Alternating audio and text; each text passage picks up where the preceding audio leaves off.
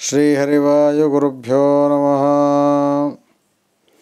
जन्माद्यस्य तोन्मयादितरतश्चार्थेष्वभिघ्नस्वराट् तेने ब्रह्महृदाय आदिकवये मुह्यन्ति यं सूरयः।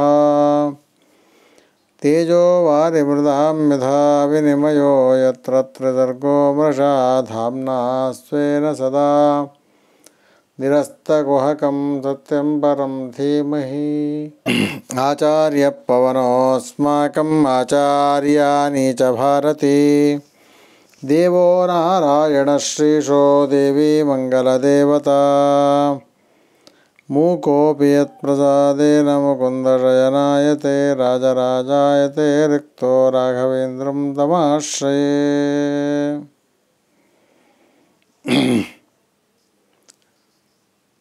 ಹರಿವಾಯುಗುರುಗಳ ಚರಣಾರವಿಂದಗಳಲ್ಲಿ ಭಕ್ತಿಪೂರ್ವಕವಾಗಿ ಪ್ರಣಾಮಾಂಜಲಿಗಳನ್ನು ಸಮರ್ಪಣೆ ಮಾಡಿ ನಿರ್ವಿಘ್ನವಾಗಿ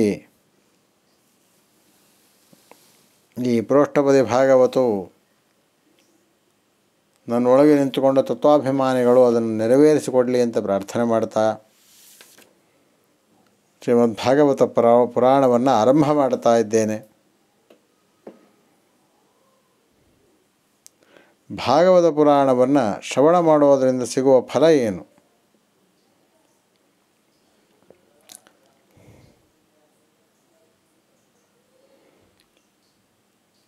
ವ್ಯಾಸರು ಹೇಳಿದಂತೆ ಭಾಗವತ ಪುರಾಣ ನಮಗೆ ಮೋಕ್ಷ ಅನ್ನುವ ಫಲವನ್ನು ಕೊಡ್ತಾ ಇದೆ. ಕಲಿಯುಗದ ಆರಂಭದಲ್ಲಿ ಪರೀಕ್ಷಿತ ಮಹಾರಾಜನಿಗೆ ಶುಕಾಚಾರ್ಯರು ಗಂಗಾ ನದಿ ತೀರದಲ್ಲಿ ಹೇಳಿರುವಂಥದ್ದು ಮಹಾಭಾರತ ಭಾಗವತ. ಇಂದ್ರಾದಿ ದೇವತೆಗಳು ಬಂದಿದ್ದಾರೆ ಅಲ್ಲಿಗೆ. ಶುಕಾಚಾರ್ಯರಿಗೆ ನಮಸ್ಕಾರ ಮಾಡಿದರಂತೆ ಆ ದೇವತೆಗಳೆಲ್ಲ. ಪರೀಕ್ಷಿತನಿಗೆ ಈಗಾಗಲೇ ಶಾಪ ಬಂದಿದೆ, ಶಮೀಕರನ ಅವಮಾನ ಮಾಡಿದ್ದಾನೆ, ಇಂತಹವನಿಗೆ ನೀವು ಭಾಗವತ ಹೇಳಲಿಕ್ಕೆ ಬಂದಿದ್ದೀರಿ. ಅವನು ಬಹುಕಾಲ ಏನು ಬದುಕಿರಲಾರ. ಅವನಿಗೆ ಇಂದಿನಿಂದ 7 ದಿನಗಳಲ್ಲಿ ಮೃತ್ಯು ಬರ್ತದೆ. ನಾವು ಅವನು ಬದುಕಲಿ ಅನ್ನುವ ಉದ್ದೇಶದಿಂದ ಅವನಿಗೋಸ್ಕರವಾಗಿ ಅಮೃತ ಕಲಶ ತಂದಿದ್ದೀವಿ. ಆ ಕಲಶದಲ್ಲಿ ಅಮೃತವನ್ನು ಪಾನ ಮಾಡಿ ಆ ಪರೀಕ್ಷಿತ ಅಜರಾಮರನಾಗಲಿ, ಅವನಿಗೆ ಮುಪ್ಪು ಸಾವು ಬರೋದೇ ಬೇಡ. ನೀವು ಈ ಅಮೃತವನ್ನು ಸ್ವೀಕಾರ ಮಾಡಿ ನಿಮ್ಮ ಕೈಯಲ್ಲಿರುವ ಭಾಗವತಾಮೃತವನ್ನು ನಮಗೆ ಕೊಡ್ರಿ ಅಂತ ದೇವತೆಗಳಲ್ಲಿ ಇಂದ್ರಾದಿಗಳು ಪ್ರಾರ್ಥನೆ ಮಾಡಿಕೊಂಡಿದ್ದಾರೆ. ಶುಕಾಚಾರ್ಯ ಹೇಳ್ತಾರಂತೆ, ನನ್ನ ಹತ್ರ ಇರುವ ಭಾಗವತ ಅನ್ನುವಂತಹ ಅಮೃತಕ್ಕೆ ಸರಿಸಾಟಿಯಾದದ್ದು ಜಗತ್ತಿನಲ್ಲಿ ಯಾವುದೂ ಅಲ್ಲ.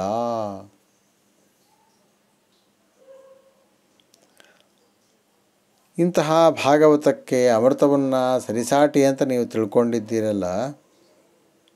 ಯಾವತ್ತೂ ಒಂದು ವಸ್ತುವನ್ನು ಮತ್ತೊಂದು ವಸ್ತುವಿನ ಜೊತೆಗೆ ತುಲನೆ ಮಾಡುವಾಗ, ಕಂಪೇರ್ ಮಾಡುವಾಗ ಎರಡೂ ಸಮಾನವಾಗಿರಬೇಕು.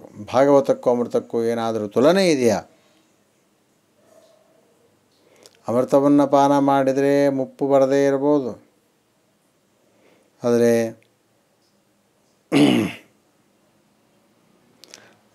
ಮೃತ್ಯು ಅನ್ನೋದು ಬಂದೇ ಬರ್ತದೆ.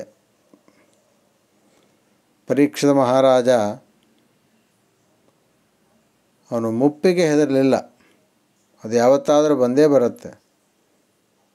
ಆದರೆ ಮುಕ್ತಿಯನ್ನು ತಂದುಕೊಡುವಂತಹ ಈ ಭಾಗವತ ಗ್ರಂಥ ಇದೆಯಲ್ಲ, ಇಂತಹ ಭಾಗವತ ಗ್ರಂಥವನ್ನು ಭಕ್ತಿಯಿಂದ ಶ್ರದ್ಧೆಯಿಂದ ಅದನ್ನು ಶ್ರವಣ ಮಾಡಬೇಕು. ಆ ಶ್ರವಣ ಮಾಡಲಿಕ್ಕೋಸ್ಕರವಾಗಿ ಇಲ್ಲಿ ಸನ್ನಿಹಿತನಾಗಿದ್ದಾನೆ ಯಾರೂ ಪರೀಕ್ಷಿತ. ಹಾಗಾಗಿ ಇದನ್ನು ಕೊಡೋದಿಲ್ಲ ನಾನು ಅಂತ ಶುಕಾಚಾರ್ಯ ಹೇಳಿ ಕಳಿಸಿದ್ರಂತೆ ದೇವತೆಗಳನ್ನು. ಪರೀಕ್ಷಿತನನ್ನು ಉದ್ದೇಶಿಸಿ ಶುಕಾಚಾರ್ಯರು ಭಾಗವತವನ್ನು ಹೇಳಿದರು. 7ನೇ ದಿವಸ 7 ದಿವಸಗಳಾದ ಮೇಲೆ ಪುರಾಣದ ಸಮಾಪ್ತಿಯಾಯಿತು. ತಕ್ಷಕ ಸರ್ಪ ರೂಪದಲ್ಲಿ ಬಂದ. ತಕ್ಷಕ ಸರ್ಪ ಬಂದು ಪರೀಕ್ಷಿತರನ್ನು ಕಚ್ಚಿದ್ದಾನೆ. ಪರೀಕ್ಷಿತ ಮಹಾರಾಜ ಪರಮಾತ್ಮನ ಪಾದ ಸೇರಿದ್ದಾನೆ.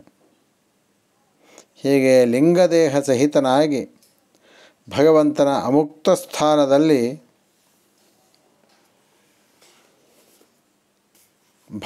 ಭಗವಂತನ ಪಾದಮೂಲವನ್ನು ಸೇರಿದ್ದಾನೆ. ಹೀಗಾಗಿ ಇಂತಹ ಮೋಕ್ಷರೂಪವಾದ ಫಲ ಸಿಗ್ತಾ ಇರುವಾಗ ಆ ಮೋಕ್ಷರೂಪವಾದ ಫಲಕ್ಕೆ ಸರಿಸಾಟಿಯಾದದ್ದು ಯಾವುದಲ್ಲ? ಅಮೃತ ಅಲ್ಲ.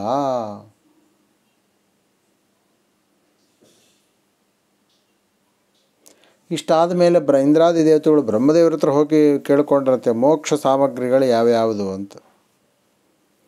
ಬ್ರಹ್ಮದೇವರು ಎಲ್ಲ ಸಾಮಗ್ರಿಗಳನ್ನು ಒಂದು ತಕ್ಕಡಿಯಲ್ಲಿ ಹಾಕಿದರು, ಭಾಗವತವನ್ನು ಒಂದು ತಕ್ಕಡಿಯಲ್ಲಿ ಹಾಕಿದರು. ಆಗ ಭಾಗವತವೇ ಸರ್ವಶ್ರೇಷ್ಠವಾದದ್ದು ಅಂತ ತಿಳಿತಂತೆ. ಮಂದಾಧಿಕಾರಿಗಳಿಗೆ ಈ ಗ್ರಂಥವು ಸನ್ಮಾರ್ಗವನ್ನು ತೋರಿಸಿ ಮೋಕ್ಷಕ್ಕೆ ಕರೆದುಕೊಂಡು ಹೋಗ್ತದೆ ಅಂತ ಇಂಥ ಗ್ರಂಥವನ್ನು ಕಲಿಯುಗದಲ್ಲಿ 3 ಬಾರಿ ಇದರ ಪ್ರವಚನ ಆದದ್ದನ್ನು ನಾವು ಉಲ್ಲೇಖ ಮಾಡಬಹುದು. ಒಂದು, ಕೃಷ್ಣ ಪರಮಾತ್ಮ ಪರಂಧಾಮಕ್ಕೆ ಹೋಗಿ 30 ವರ್ಷಗಳಾದ ಮೇಲೆ ಪರೀಕ್ಷಿತನಿಗೆ ಶುಕರು ಭಾಗವತವನ್ನು ಹೇಳಿದ್ದು ಮೊದಲನೇ ಬಾರಿ.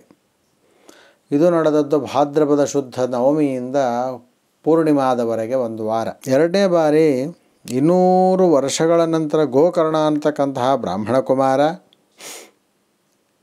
ತನ್ನ ಸೋದರನಾದಂಥವನು ಪ್ರೇತ ಜನ್ಮವನ್ನು ಪಡೆದಿದ್ದ ಸದ್ಗತಿಯಾಗದೆ. ಅಂಥವನಿಗೆ ಬಂದ ಆ ಪ್ರೇತ ಬಾಧೆಯನ್ನು ನಿವಾರಣೆ ಮಾಡಲಿಕ್ಕೋಸ್ಕರವಾಗಿ ತನ್ನ ಮನೆಯಲ್ಲಿ ಗೋಕರ್ಣ ಅನ್ನುವ ಬ್ರಾಹ್ಮಣ ಭಾಗವತ ಸಪ್ತಾಹವನ್ನು ಮಾಡಿದ್ದಾನಂತೆ. ಇದು ಎರಡನೇದ್ದು.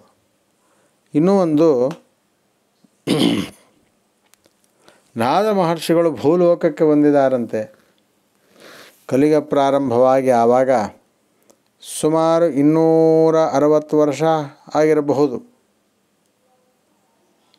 ವೇದವ್ಯಾಸರೇ ಈ ವಿಷಯವನ್ನು ಪದ್ಮಪುರಾಣದಲ್ಲಿ ತಿಳಿಸ್ತಾ ಇದ್ದಾರೆ.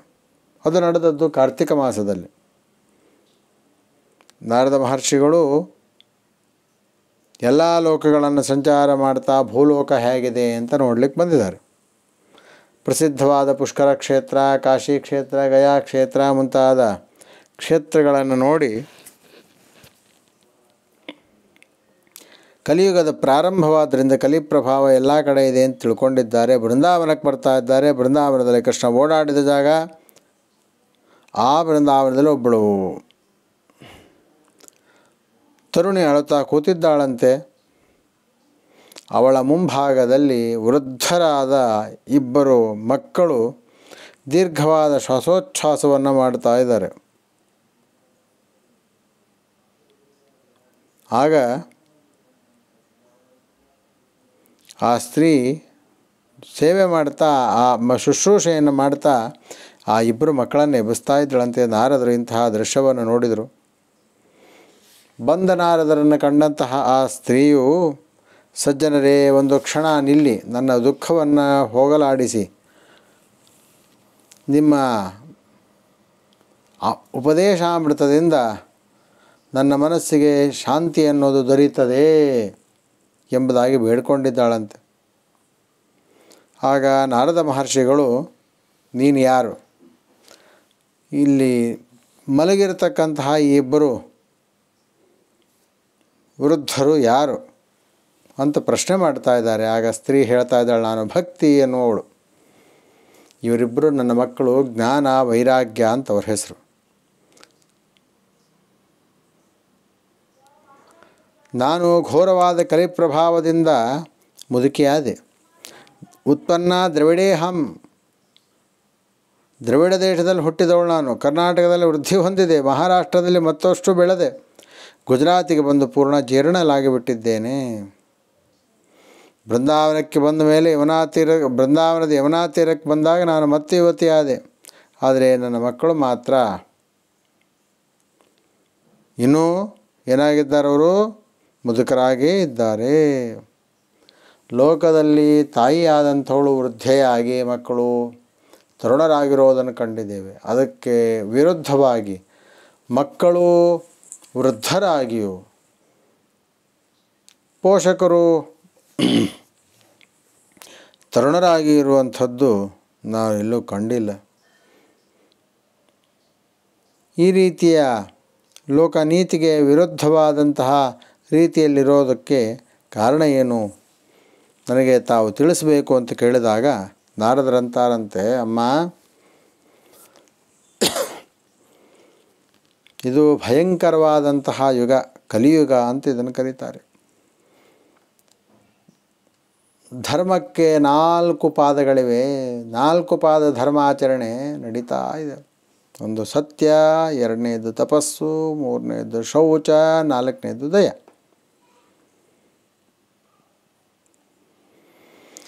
ಈಗ ಅವೆಲ್ಲವೂ ನಷ್ಟವಾಗಿಬಿಟ್ಟಿವೆ. ಕಲಿಯುಗದಲ್ಲಿ ಸತ್ಯ ಅನ್ನೋದು ಯಾರ ಬಾಯಲ್ಲೂ ಸತ್ಯ ನುಡಿ ಬರುವುದಿಲ್ಲ. ಹೀಗಾಗಿ ಆ ಯುಗದ ಮಹಿಮೆಯಿಂದಾಗಿ ಈ ರೀತಿ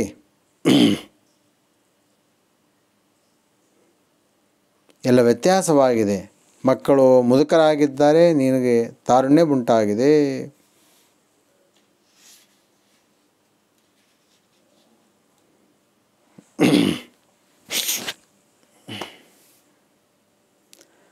ಆಗ ನಾರದ ಮಹರ್ಷಿಗಳು ಭಕ್ತಿಯ ಮಕ್ಕಳಾದ ಜ್ಞಾನ ವೈರಾಗ್ಯವನ್ನು ಕೂಗಿದ್ರಂತೆ. ವೇದಾಂತಗಳ ಪಾರಾಯಣ ಮಾಡಿದರು. ಆದರೆ ಇಷ್ಟೆಲ್ಲ ಮಾಡಿದ್ರು ಒಂದು ಕಡೆಯಿಂದ ಹೊರಳಿ ಮತ್ತೊಂದು ಕಡೆಗೆ ವಾಲಿ ಮಲಗಿಕೊಂಡೇ ಬಿಟ್ಟರು. ನಾರದ ಮಹರ್ಷಿಗಳು ಭಗವಂತನನ್ನು ಸ್ಮರಣೆ ಮಾಡಿದ್ರಂತೆ. ಆಗ ಅಶರೀರವಾಣಿ ಕೇಳಿಸ್ತು. ಏನು ಅಂದರೆ, ನಿನ್ನ ಪ್ರಯತ್ನ ಸಾರ್ಥಕವಾಗತ್ತೆ, ಒಂದು ಸತ್ಕರ್ಮ ಆಚರಣೆಯನ್ನು ಮಾಡು.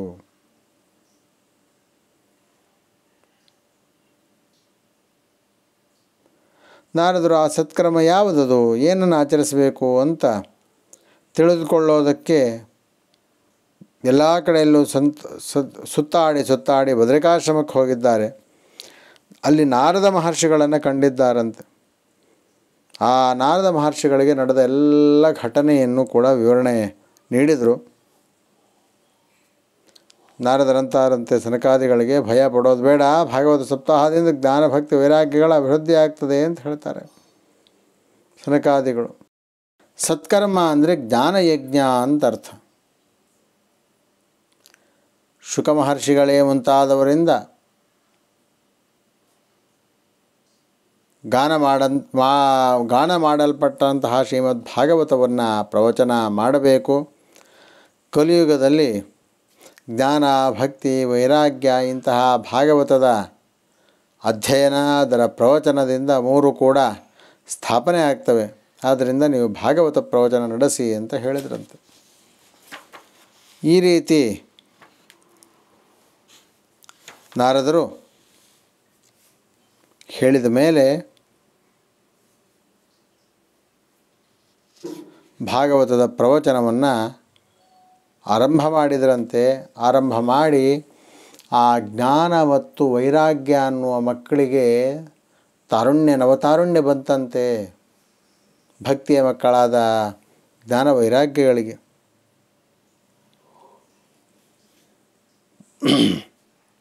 ಭಾಗವತದಲ್ಲಿ ಏನಿದೆ? ವೇದ ಇದೆ, ಉಪನಿಷತ್ತಿದೆ, ಮಹಾಭಾರತ ಇದೆ, ಸಮಗ್ರವಾದ ಬ್ರಹ್ಮಸೂತ್ರದ ಅರ್ಥ ಇದೆ, ಎಲ್ಲವೂ ಇದೆ. ಗಾಯತ್ರಿ ಭಾಷ್ಯರೂಪ ಮಹಾಭಾರತ, ಇದು ಭಾಗವತ.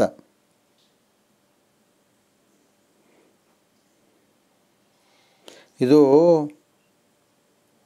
ಒಂದು ಹಣ್ಣಿನ ರಸಾಯನ ಇದ್ದಂತೆ. ಇಂತಹ ಭಾಗವತವನ್ನು ಪ್ರವಚನ ಮಾಡ್ರಿ ಅಂತ ಸನಕಾದಿಗಳು ಹೇಳಿದರು. ಸನತ್ ಕುಮಾರನಾರದು ಕರೆದುಕೊಂಡು ಗಂಗಾ ತೀರಕ್ಕೆ ಬಂದಿದ್ದಾರೆ. ಅಲ್ಲಿ ಯಾರೆಲ್ಲ ಕೇಳಬೇಕು ಅಂತ ಆಸಕ್ತಿ ಇತ್ತೋ ಅಂಥವರೆಲ್ಲ ಬಂದಿದ್ದಾರೆ. ಭೂಲೋಕದಿಂದ ಬಂದಿದ್ದಾರೆ, ದೇವಲೋಕದಿಂದ ಬಂದಿದ್ದಾರೆ, ಬ್ರಹ್ಮಲೋಕದವರು ಬಂದಿದ್ದಾರೆ. ಯಾರ್ಯಾರು ಬಂದ್ರಪ್ಪ? ಕೆಲವರ ಹೆಸರನ್ನು ಭಾಗವತ ಉಲ್ಲೇಖ ಮಾಡ್ತದೆ. ಭೃಗು ಋಷಿಗಳು, ವಸಿಷ್ಠರು, ಚವನರು, ಗೌತಮರು, ಮೇಧಾತಿಥಿಗಳು, ದೇವರಾತರು, ಪಿಪ್ಪಲಾದರು, ಅತ್ರಿ ಋಷಿಗಳು, ಮೃಕಂಡುಪುತ್ರರು, ಮಾರ್ಕಂಡೇಯರು, ಪರಾಶರರು, ಪರಶುರಾಮರು, ವ್ಯಾಸರು ಹೀಗೆ ಮುಂತಾದ ಋಷಿಮುನಿಗಳು ಅವರ ಪತ್ನಿಯರು ಶಿಷ್ಯ ಪರಿವಾರ ಸಮೇತರಾಗಿ ಬಂದಿದ್ದಾರಂತೆ. ಎಲ್ಲಿ ಭಾಗವತ ನಡೀತಾ ಇತ್ತು, ಎಲ್ಲಿ ಭಾಗವತ ಪಠಣ ನಡೀತಾ ಇತ್ತು, ಅಲ್ಲಿ ಮಹರ್ಷಿಗಳ ಸನ್ನಿಧಾನ, ಗಂಗಾದಿ ತೀರ್ಥಗಳ ಸನ್ನಿಧಾನ, ವೇದಾಂತಾದಿ ಶಾಸ್ತ್ರಗಳು, ಅವುಗಳ ಅಭಿಮಾನಿ ದೇವತೆಗಳ ಸನ್ನಿಧಾನ ಇರ್ತದೆ.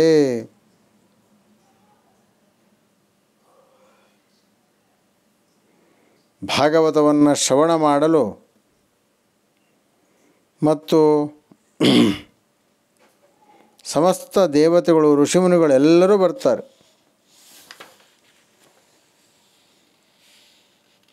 ಸನತ್ ಕುಮಾರರಿಂತಹ ಭಾಗವತವನ್ನು ಪ್ರವಚನ ಮಾಡಲಿಕ್ಕೆ ಪ್ರಾರಂಭ ಮಾಡುವಾಗ ಅವರು ಹೇಳ್ತಾರಂತೆ, ಈ ಭಾಗವತ ಅನ್ನೋದು 18,000 ಶ್ಲೋಕಗಳಿಂದ ಕೂಡಿರುವಂಥದ್ದು. ಒಂದು ಗ್ರಂಥ ಅಂದರೆ 32 ಅಕ್ಷರಗಳು, 12 ಸ್ಕಂದಗಳಿಂದ ಕೂಡಿರುವಂಥದ್ದು ಈ ಭಾಗವತ. ಪರೀಕ್ಷಿತ ರಾಜ ಶುಕ ಮಹರ್ಷಿಗಳ ಸಂವಾದ ರೂಪವಾಗಿದೆ. 18,000 ಶ್ಲೋಕಗಳಲ್ಲೂ ಕೂಡ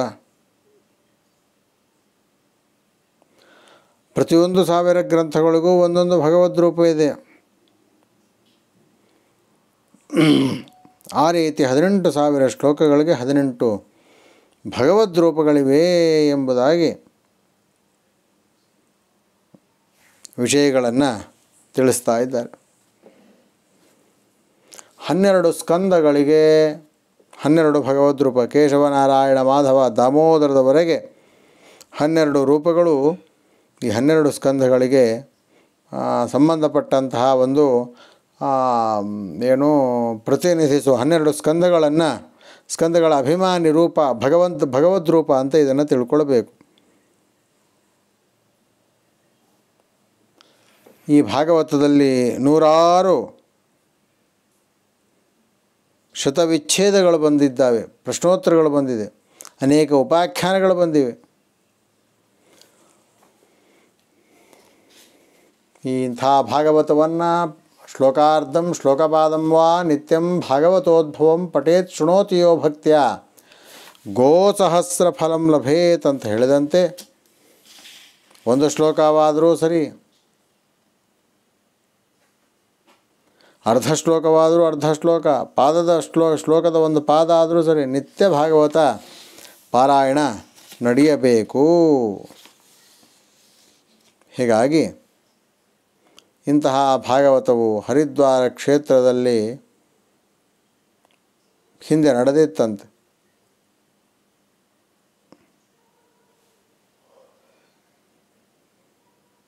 ಈ ಹರಿದ್ವಾರದಲ್ಲಿ ನಡೆಯೋದಕ್ಕಿಂತ ಹಿಂದೆ ಮತ್ತೊಂದು ಕಡೆಯಲ್ಲಿ ನಡೆದಿತ್ತಂತೆ. ಆ ಘಟನೆ ಎಲ್ಲಪ್ಪ ಅಂತಂದರೆ ಅದನ್ನು ಹೇಳ್ತಾರೆ. ಒಂದು ನದಿ ತೀರ, ಆ ನದಿ ತೀರದಲ್ಲಿ ಶಾಸ್ತ್ರಜ್ಞನಾದ ಒಬ್ಬ ಪಂಡಿತನಿದ್ದ, ಆತ್ಮದೇವ ಅಂತ. ಆ ಆತ್ಮದೇವನಿಗೆ ಸುಂದರಿಯಾದ ಮಡದಿ ಇದ್ಲು, ದುಂಧುಲಿ ಅಂತ ಅವಳ ಹೆಸರು. ಮಕ್ಕಳಿದ್ದಿಲ್ಲ ಅವನಿಗೆ. ಆತ್ಮದೇವ ಕಾಡಿಗೆ ಹೋಗಿ ಒಂದು ಸರೋವರವನ್ನು ಕಂಡ, ನೀರನ್ನು ಕುಡಿದು ಅಲ್ಲಿ ಕುಳಿತಿದ್ದಾನಂತೆ. ಅದೇ ಸಮಯಕ್ಕೆ, ಇವನು ಕುಳಿತ ಸಮಯಕ್ಕೆ ಒಬ್ಬರು ಎತ್ತುಗಳು ಅಲ್ಲಿಗೆ ಬರ್ತಾ ಇದ್ದಾರೆ. ಆ ಎತ್ತುಗಳು ನೀರು ಕುಡಿದಾದ ಮೇಲೆ ಆತ್ಮದೇವ ಬ್ರಾಹ್ಮಣರ ಪಾದಕ್ಕೆ, ಆ ಬಂದಿರತಕ್ಕಂತಹ ವ್ಯಕ್ತಿಗಳ ಪಾದಕ್ಕೆ ಅವನು ನಮಸ್ಕಾರ ಮಾಡಿ ಅಳತಾ ನಿಂತುಕೊಂಡಿದ್ದಾನಂತೆ. ಆಗ ಅವರು ಕೇಳಿದ್ರಂತೆ, ಯಾಕೆ ಅಳ್ತಾ ಇದ್ದೀಯಾ ಅಂತ. ತನ್ನ ದುಃಖವನ್ನು ಆತ್ಮದೇವ ಬ್ರಾಹ್ಮಣ ಹೇಳ್ತಾ ಇದ್ದಾನೆ. ನಾನು ಪಾಪ ಮಾಡಿದ್ನೋ ಏನೋ ಗೊತ್ತಿಲ್ಲ, ಜನ್ಮಾಂತರದಲ್ಲಿ ಮಾಡಿದ ಪಾಪದ ಫಲ ನನಗೀಗ ಮಕ್ಕಳೇ ಇಲ್ಲ. ಒಂದು ಮನೆಯಲ್ಲಿ ಒಂದು ದನ ಸಾಕಿದರೆ ಆ ದನವು ಕರುವನ್ನು ಕೂಡ ಹಾಕ್ತಾ ಇಲ್ಲ. ಮರ ಬೆಳೆಸಿದರೆ ಬೆಳೆದಂತಹ ಮರವು ಫಲ ಪುಷ್ಪ ಭರಿತವಾಗಿ ವೃಕ್ಷ ಬೆಳೀತಾ ಇಲ್ಲ ಅಂತ ಹೇಳಿ ಜೋರಾಗಿ ಅತ್ತಂತೆ. ಆಗ ಇವನ ಅಳತಾ ಇರುವಂತಹ ವ್ಯಕ್ತಿಯ ಲಕ್ಷಣಗಳನ್ನು ಕಂಡಂತಹ ಎದುರುಗಡೆ ಇರತಕ್ಕಂತಹ ವ್ಯಕ್ತಿಗಳು ಹೇಳ್ತಾ ಇದ್ದಾರೆ, ನೋಡು ನಿನಗೆ ಈ ಜನ್ಮದಲ್ಲಲ್ಲ 7 ಜನ್ಮಗಳಲ್ಲೂ ಮಕ್ಕಳಾಗುವಂತಹ ಒಂದು ಲಕ್ಷಣ ನಿನಗಿಲ್ಲ.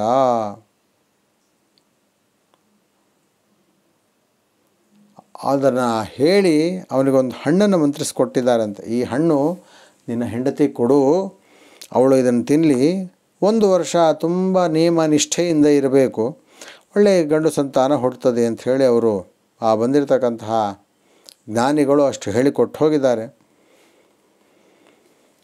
ಈ ಆತ್ಮದೇವ ಆ ಹಣ್ಣನ್ನು ತಂದು ತನ್ನ ಹೆಂಡತಿಗೆ ಆ ಹಣ್ಣಿನ ಮಹತ್ವವನ್ನು ತಿಳಿಸಿ ಅದನ್ನು ತಿನ್ನಲಿಕ್ಕೆ ಹೇಳ್ದ. ಆದರೆ ಆತ್ಮದೇವನ ಮಡದಿಯಾದಂಥ ದುಂದುಲಿ ಇದ್ದಾಳಲ್ಲ, ಅವಳು ಏನು ಮಾಡಿದ್ದಾಳೆ ಅಂದರೆ ತಾನು ಅಭಿಮಂತ್ರಿಸಿದ ಹಣ್ಣನ್ನು ತಿನ್ನೋದು ಬಿಟ್ಟು ಅದನ್ನು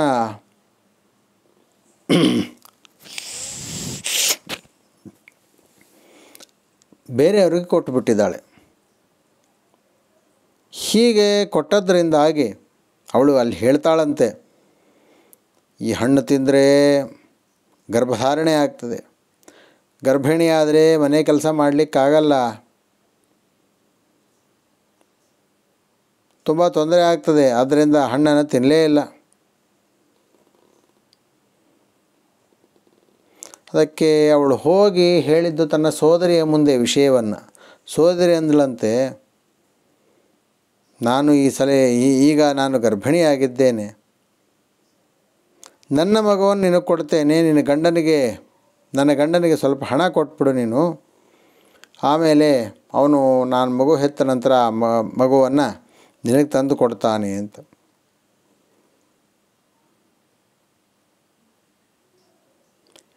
ಈ ರೀತಿಯಲ್ಲಿ ಪರಸ್ಪರ ಮಾತುಕತೆಗಳನ್ನು ಆಡಿದ್ದಾರೆ. ನೀನೇನು ಮಾಡಬೇಕು, ನಿನ್ನ ಗಂಡನ ಹತ್ರ ಹೋಗಿ ನೀನು ಹಡೆದ ವಿಷಯವನ್ನು ತಿಳಿಸು, ಮುಂದೆ ಬಂದು ಮಗುವಿನ ರಕ್ಷಣೆಯನ್ನು ನಾನು ಮಾಡುತ್ತೇನೆ, ಹಡೆದಂತಹ ಮಗು ತಕ್ಷಣಕ್ಕೆ ಸತ್ತೋಯಿತು ಅಂತ ನಾನು ಈ ವಿಷಯವನ್ನು ಹೇಳ್ತೇನೆ. ಆದರೂ ಈಗೇನೋ ಅಭಿಮಂತ್ರಿಸಿದ ಒಂದು ಹಣ್ಣಂತೂ ಆ ನನ್ನ ಪತಿ ತಂದು ಕೊಟ್ಟಿದ್ದಾನಲ್ಲ, ಈ ಹಣ್ಣನ್ನು ನಮ್ಮ ಮನೆಯಲ್ಲಿರೋ ದನಕ್ಕೆ ಹಾಕ್ತೀನಿ, ಪರೀಕ್ಷೆಗೋಸ್ಕರ ಹಾಕ್ತೀನಿ, ನೋಡೋಣ ಅದರಲ್ಲಿ ಎಷ್ಟು ಮಂತ್ರಶಕ್ತಿ ಇದೆ ನೋಡೋಣ ಅಂತ ಮನೆಯಲ್ಲಿರೋ ದನಕ್ಕೆ ತಿನ್ನಿಸಿದ್ದಾನೆ. ಆಗ ಆ ಹಸುವಿನ ಹೊಟ್ಟೆಯಿಂದ ಒಂದು ಮಾನವ ಶಿಶು, ಗೋವಿನ ಕರ್ಣದಂತೆ ಕರ್ಣ ಇರುವ ಕಿವಿ ಇರುವ ಒಂದು ಶಿಶು ಜನನವಾಯಿತು. ಆತ್ಮದೇವ ಆ ಮಗುವಿಗೆ ಗೋಕರ್ಣ ಎಂಬುದಾಗಿ ನಾಮಕರಣ ಮಾಡಿದ್ದಂತೆ.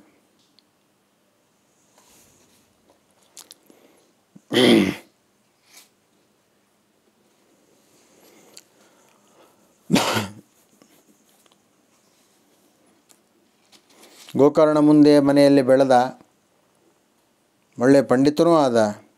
ಆದರೆ ಈ ಗೋಕರ್ಣನಿಗೊಬ್ಬ ಸೋದರನಿದ್ದ, ದುಂದುಕಾರಿ ಅಂತ ಅವನ ಹೆಸರು. ಅವನು ಪರಮ ನೀಚ ಸ್ವಭಾವದವನಾಗಿದ್ದ. ಹೀಗಾಗಿ ಅವನು ಮಾಡಿದಂತಹ ಪಾಪಕೃತ್ಯದಿಂದಾಗಿ ಸದ್ಗತಿ ಆಗಲಿಲ್ಲ, ಅವನು ಪ್ರೇತ ಜನ್ಮವನ್ನು ಪಡೆದಿದ್ದಾನೆ.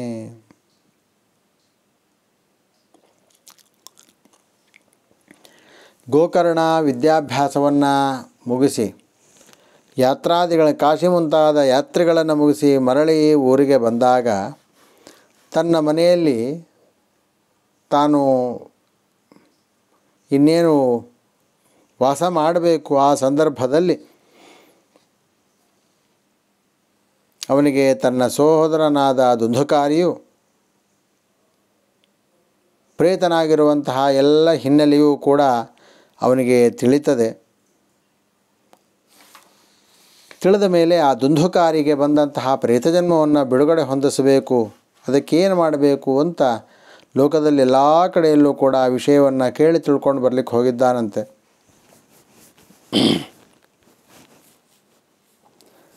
ಕಡೆಗೆ ಸೂರ್ಯಮಂಡಲ ಮಧ್ಯಸ್ಥನಾದ ನಾರಾಯಣನ ಪ್ರಾರ್ಥನೆ ಮಾಡಿಕೊಂಡಾಗ ಒಂದು ಅಶರೀರವಾಣಿ ಕೇಳಿಸಿದಂತೆ, ಗೋಕರ್ಣ, ಭಾಗವತ ಸಪ್ತಾಹವನ್ನು ಮಾಡಿದೆಯೇ ಅಂತಾದರೆ ಮೃತನಾಗಿ ಸದ್ಗತಿ ಆಗದೇ ಇರತಕ್ಕಂತಹ ವ್ಯಕ್ತಿಗೆ ಸದ್ಗತಿ ಆಗತ್ತೆ ಅಂತ.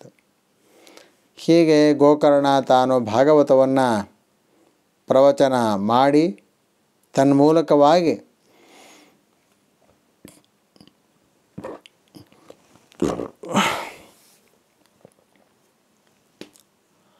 ಆ ಪ್ರೇತ ಜನ್ಮದಿಂದ ಬಿಡುಗಡೆಯನ್ನು ಹೊಂದಿಸೋದಕ್ಕೆ ಪ್ರಯತ್ನ ಮಾಡಿದ್ದಾನಂತೆ. ಆ ಪ್ರೇತ ನಿತ್ಯವೂ ಕೂಡ ಒಂದು ಬಿದಿರಿನ ಗಂಟಿನಲ್ಲಿ ಬಂದು ಕೂತ್ಕೋತಾ ಇತ್ತಂತೆ. ಒಂದೊಂದು ದಿವಸ ಭಾಗವತ ಪ್ರವಚನ ಆಗ್ತಿದ್ದಂಗೆ ಅವತ್ತಿನ ಪ್ರವಚನ ಮುಗಿತಾ ಇದ್ದಂಗೆ ಒಂದನೇ ಗಂಟು ಪಟ್ ಅಂತ ಸೌಂಡ್ ಮಾಡಿ ಅದು ಏನಾಗ್ತಾಯಿತ್ತು, ವಿಭಾಗವಾಗ್ತಾ ಇತ್ತು, ಅಂದರೆ ಸೀಳಿ ಹೋಗ್ತಾ ಇತ್ತು.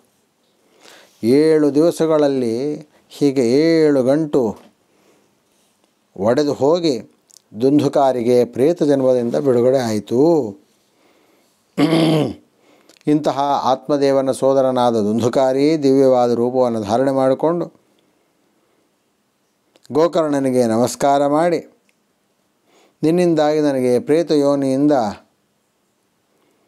ಬಿಡುಗಡೆ ಆಯಿತು ಎಂಬುದಾಗಿ ಹೇಳಿ ಅಣ್ಣನನ್ನು ಆತ್ಮದೇವನನ್ನು ದುಂದುಕಾರಿ ತುಂಬ ಶ್ಲಾಘನೆ ಮಾಡಿದ್ದಾನೆ. ಅಷ್ಟರಲ್ಲೇ ವಿಷ್ಣುದೂತರ ವಿಮಾನದಲ್ಲಿ ಬಂದು ದುಂದುಕಾರಿಯನ್ನು ಕುಳ್ಳಿರಿಸಿಕೊಂಡು ಕರ್ಕೊಂಡು ಹೋಗ್ತಾರಂತೆ. ಹೀಗೆ ಇಷ್ಟೆಲ್ಲ ಮಹತ್ವ ಶ್ರೀಮದ್ ಭಾಗವತಕ್ಕೆ ಉಂಟು ಅನ್ನೋದನ್ನು ಪದ್ಮಪುರಾಣ ನಮಗೆ ತಿಳಿಸ್ತಾ ಇದೆ. ಶ್ರೀಕೃಷ್ಣ ಪರಮಾತ್ಮ ಪರಂಧಾಮಕ್ಕೆ ಹೋದ ಮೇಲೆ 30 ವರ್ಷದ ಕಾಲ ಪರೀಕ್ಷಿತ ರಾಜ 30 ವರ್ಷದ ನಂತರ ಪರೀಕ್ಷಿತ ರಾಜ ಶುಕಾಚಾರ್ಯರಿಂದ ಭಾಗವತವನ್ನು ಶ್ರವಣ ಮಾಡಿರ್ತಕ್ಕಂಥದ್ದು. ಯಾಕೆ ಶ್ರವಣ ಮಾಡಿದ ರಾಜ ಅಂದರೆ, ಆ ರಾಜ ಒಂದು ದೊಡ್ಡ ಪಾಪಕರ್ಮ ಮಾಡಿದ್ದ. ಒಂದು ಸಾರಿ ಬೇಟೆಯಾಡಲಿಕ್ಕೆ ಅಂತ ಹೋದಾಗ ಬಾಯಾರಿದವನಾಗಿ ಆಶ್ರಮದ ಒಳಗೆ ಬಾಯಾರಿಕೆಯನ್ನು ಪರಿಹರಿಸಿಕೊಳ್ಳಬೇಕು ಅಂತ ಹೋದಾಗ ಆಶ್ರಮದ ಪರಿಸರದಲ್ಲಿ ಮಕ್ಕಳಿದ್ದಾರೆ. ಆಶ್ರಮದ ಒಳಗೆ ಋಷಿಗಳು ಧ್ಯಾನ ಸಮಾಧಿಯಲ್ಲಿ ಕುಳಿತಿದ್ದಾರೆ. ಶಮೀಕರು ಕುಡಿಲಿಕ್ಕೆ ನೀರು ಕೊಡಿ ಅಂತ ಕೇಳಿದ್ದಾನೆ. ಋಷಿಗಳು ಧ್ಯಾನ ಸಮಾಧಿಯಲ್ಲಿದ್ದರಿಂದ ಅವರಿಗೆ ಮಹಾರಾಜ ಬಂದದ್ದು ಅವರ ಗಮನಕ್ಕೆ ಬಂದೇ ಇಲ್ಲ. ತಾನು ಬಾಯಾರಿದ್ದೇನೆ, ನೀರು ಕೊಡಿ ಅಂತ ಕೇಳಿದರೂ ನೀರು ಕೊಡ್ತಾ ಇಲ್ಲ ಅನ್ನುವ ಕೋಪದಿಂದ ಸಮಾಧ್ಯವಸ್ಥೆಯಲ್ಲಿ ಋಷಿಗಳಿದ್ದಾರೆ ಎನ್ನುವುದನ್ನು ತಿಳಿದುಕೊಳ್ಳದೆ ರಾಜ ಏನು ಮಾಡಿದ ಅಂದರೆ, ಮೃತವಾದ ಒಂದು ಹಾವನ್ನು ಋಷಿಯ ಕುತ್ತಿಗೆಯ ಮೇಲೆ ಅದನ್ನು ಹಾಕಿ ತನ್ನ ಪಾಡಿಗೆ ತಾನು ಅರಮನೆಗೆ ಹೋಗಿದ್ದಾನೆ. ಋಷಿಗಳಿಗೆ ಹೀಗೆ ಅವಮಾನ ಆಗಿದೆ ಎನ್ನುವ ವಿಷಯವನ್ನು ಋಷಿಪುತ್ರನ ಸಹಾಧ್ಯಾಯಿಗಳು ತಿಳಿಸ್ತಾರೆ. ಆಗ ಋಷಿಪುತ್ರ ಶೃಂಗಿ ಅಂತ ಅವನ ಹೆಸರು. ಆ ಶೃಂಗಿ ಕೂಡಲೇ ಆಚಮನ ಮಾಡಿ ಕೌಶಿಕ್ಯಾಪ ಉಪಸ್ಪೃಶ್ಯ ಅಂತಾರೆ ಭಾಗವತದಲ್ಲಿ. ಕೂಡಲೇ ಅವನ ಆಚಮನ ಮಾಡಿ ಒಂದು ಸಂಕಲ್ಪ ಮಾಡಿದಂತೆ, ಇಂದಿನಿಂದ 7 ದಿವಸದ ಒಳಗೆ 7 ದಿನದಲ್ಲಿ ತಕ್ಷಕ ಸರ್ಪವು ಕಚ್ಚಿ ಪರೀಕ್ಷಿತ ರಾಜನು ಮೃತನಾಗಬೇಕು ಅಂತ.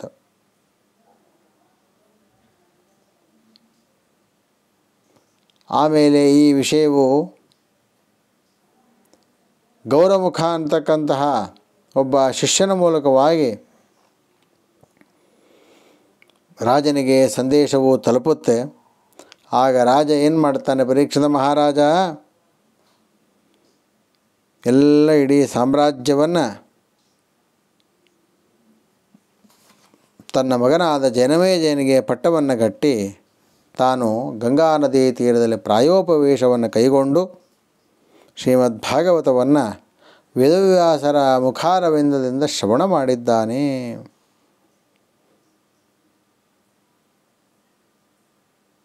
ಇಂತಹ ಭಾಗವತದ ಆರಂಭದಲ್ಲಿ ವೇದವ್ಯಾಸ ದೇವರು ಮಂಗಳಾಚರಣೆಯನ್ನು ಮಾಡ್ತಾ ಇದ್ದಾರೆ. ಓಂ ಜನ್ಮಾದ್ಯಸ್ಯ ಯತೋನ್ವಯಾದಿತರತಶ್ಚ ಅರ್ಥೇಷ್ವಭಿಜ್ಞಸ್ವರಾಟ್ ತೇನೆ ಬ್ರಹ್ಮಹೃದಯ ಆದಿಕವಯೇ ಮುಹ್ಯಂತಿ ಯಂ ಸೂರಯಃ. ತೇಜೋ ವಾರಿ ಮೃದಾಂ ಯಥಾ ವಿನಿಮಯೋ ಯತ್ರ ತ್ರಿಸರ್ಗೋ ಮೃಷಾ ಧಾಮ್ನಾ ಸ್ವೇನ ಸದಾ ನಿರಸ್ತಕುಹಕಂ ಸತ್ಯಂ ಪರಂ ಧೀಮಹಿ.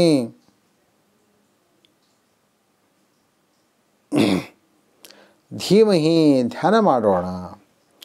ಯಾರನ್ನು ಧ್ಯಾನ ಮಾಡಬೇಕು? ಹೇಗಿದ್ದಾನವ? ಅವನು ಸತ್ಯ ಸ್ವರೂಪನಾಗಿದ್ದಾನೆ.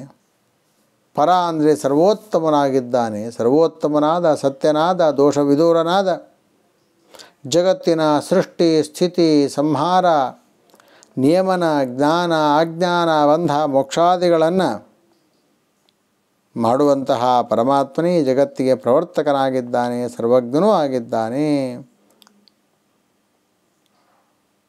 ಆದಿಕವಿಯಾಗಿರ್ತಕ್ಕಂತಹ ಬ್ರಹ್ಮದೇವರು ಪರಮಾತ್ಮನ ದಿವ್ಯವಾದ ಈ ತತ್ವಜ್ಞಾನವನ್ನು ಅವರು ಪಡೆದುಕೊಂಡಿದ್ದಾರೆ.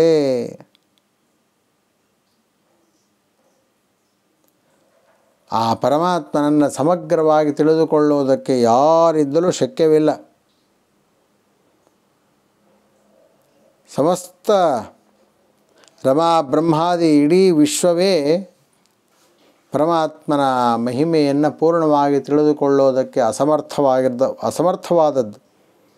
ಇಂತಹ ಪರಮಾತ್ಮ 3 ವಿಧವಾದ ಜಗತ್ತಿನ ಸೃಷ್ಟಿಯನ್ನು ಮಾಡಿದ್ದಾನೆ. ಒಂದು ತೇಜಸ್ ಸೃಷ್ಟಿ, ಇನ್ನೊಂದು ವಾರಿ ಸೃಷ್ಟಿ, ಮತ್ತೊಂದು ಮೃತ್ ಸೃಷ್ಟಿ ಅಂತ.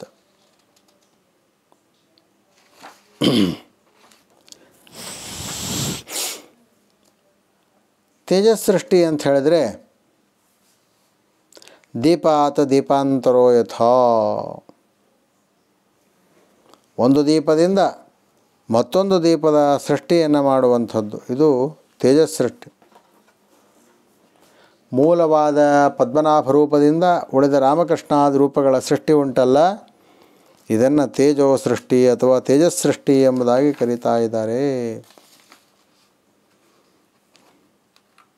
ಇನ್ನು ಎರಡನೆಯದ್ದು ವಾರಿ.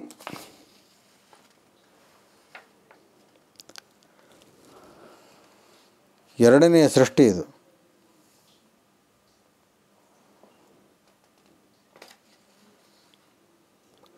ಬ್ರಹ್ಮದೇವರು ರುದ್ರಾದಿ ಸಮಸ್ತ ಜೀವರಿಗೂ, ಬ್ರಹ್ಮದೇವರು ರುದ್ರದೇವರು ಮುಂತಾದ ಸಮಸ್ತ ಜೀವರಿಗೂ ಕೂಡ ಭಗವಂತ ದೇಹ ಕೊಡ್ತಾನೆ. ಇದು ಮಣ್ಣಿನಿಂದ ಮಡಿಕೆ ಕುಡಕೆ ಮುಂತಾದವುಗಳನ್ನು ಮಾಡಿದಂತೆ ಭಗವಂತನು ಈ ಪ್ರಕೃತಿ ಎಂಬಂತಹ ಪದಾರ್ಥದಿಂದ ಬ್ರಹ್ಮಾಂಡ, ಬೆಟ್ಟ, ಸಮುದ್ರ, ನದಿ, ಪರ್ವತ ಇವುಗಳನ್ನೆಲ್ಲ ಈ ಜಡ ಪದಾರ್ಥಗಳನ್ನು ಸೃಷ್ಟಿ ಮಾಡ್ತಾನೆ. ಇದನ್ನು ಜಡ ಸೃಷ್ಟಿ ಎಂಬುದಾಗಿ ಕರೀತಾ ಇದ್ದಾರೆ. ಹೀಗೆ 3 ವಿಧವಾದ ಸೃಷ್ಟಿಯಿಂದ ದೇವರಿಗೆ ಏನೂ ಪ್ರಯೋಜನವಿಲ್ಲ. ಆದರೂ ಜೀವರಿಗೆ ಅದರಿಂದ ಪ್ರಯೋಜನ ಉಂಟು ಅನ್ನೋ ಉದ್ದೇಶಕ್ಕೋಸ್ಕರವಾಗಿ ಭಗವಂತ ಇಂತಹ ತ್ರಿವಿಧ ಸೃಷ್ಟಿಯನ್ನು ಮಾಡಿದ್ದಾನೆ. ಈ ತ್ರಿವಿಧ ಸೃಷ್ಟಿಯು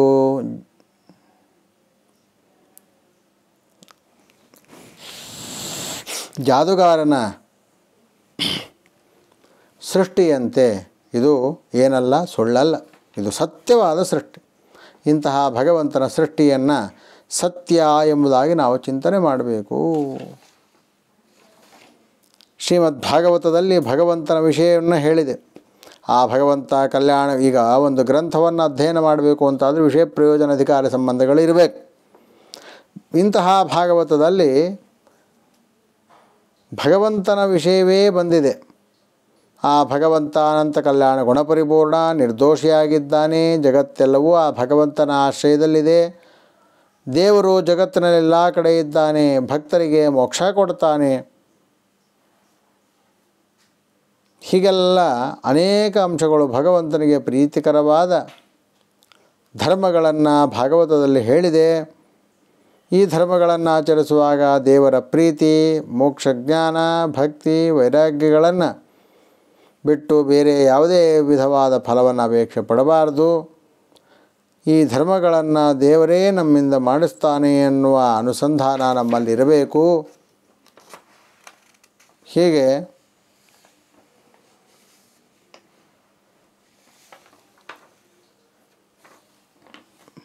ವಿಷಯಾದಿಗಳನ್ನು ತಿಳಿಸ್ತಾ ಇದ್ದಾರೆ.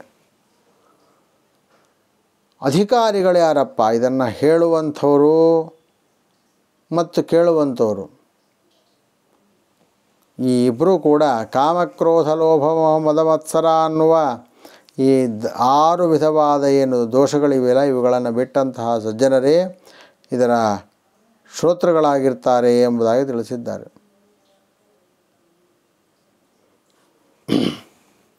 ಭಾಗವತವನ್ನು ಅಧ್ಯಯನ ಮಾಡೋದರಿಂದ ನಮಗೆ ಸಿಗುವ ಪ್ರಯೋಜನವೇನು?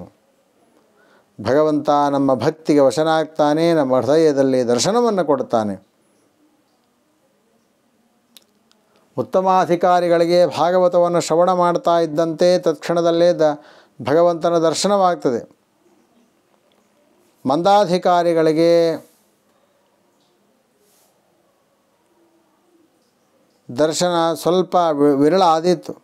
ಯಾರು ಅನನ್ಯವಾದ ಮನಸ್ಸಿನಿಂದ ಭಗವದ ಆರಾಧನೆಯನ್ನು ಮಾಡುತ್ತಾರೋ ಅಂಥವರಿಗೆ ಭಗವಂತ ವಿಶೇಷವಾಗಿ ತನ್ನ ದರ್ಶನವನ್ನು ಕೊಟ್ಟು ಅವರನ್ನು ಅನುಗ್ರಹಿಸ್ತಾನೆ.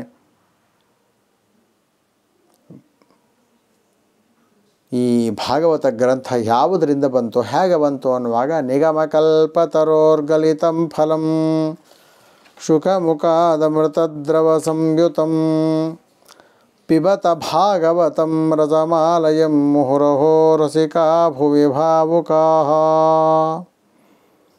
ವೇದ ಅನ್ನೋದೊಂದು ದೊಡ್ಡ ಕಲ್ಪವೃಕ್ಷ, ಬೇಡಿದ್ದನ್ನು ಕೊಡುವಂತಹದ್ದು. ಇಂತಹ ವೇದವೆಂಬ ಕಲ್ಪವೃಕ್ಷದಿಂದ ಚೆನ್ನಾಗಿ ಮಾಗಿ ಕೆಳಗೆ ಬಿದ್ದ ಹಣ್ಣೇ ಭಾಗವತ.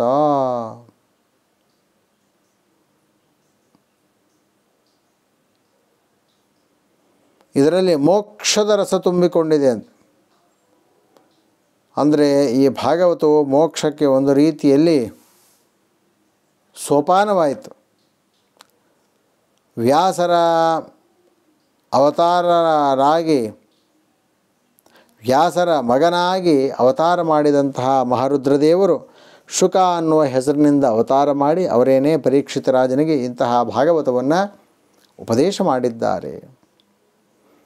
ಇಂತಹ ಭಾಗವತ ಎಲ್ಲಿವರೆಗೆ ಕೇಳಬೇಕು? ಆಲಯಂ, ಮುಕ್ತಿ ಪಡೆಯೋ ತನಕ, ಲಿಂಗದೇಹ ಭಂಗ ಆಗೋ ತನಕ ಅದನ್ನು ಕೇಳ್ತಾ ಇರಬೇಕಂತ.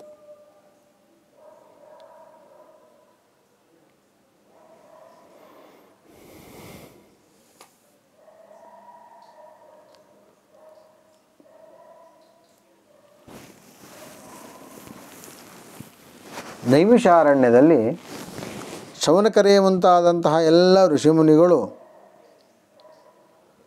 ತಮಗೆ ವೈಕುಂಠ ಲೋಕ ಸಿಗಲಿ ಅನ್ನುವ ಉದ್ದೇಶದಿಂದ 1000 ವರ್ಷಗಳ ಕಾಲ ಒಂದು ಯಾಗ ಮಾಡಿದರಂತೆ, ದೀರ್ಘಕಾಲದ ಯಾಗ. ಅದನ್ನು ಸತ್ರಯಾಗ ಅಂತ ಕರೀತಾರೆ.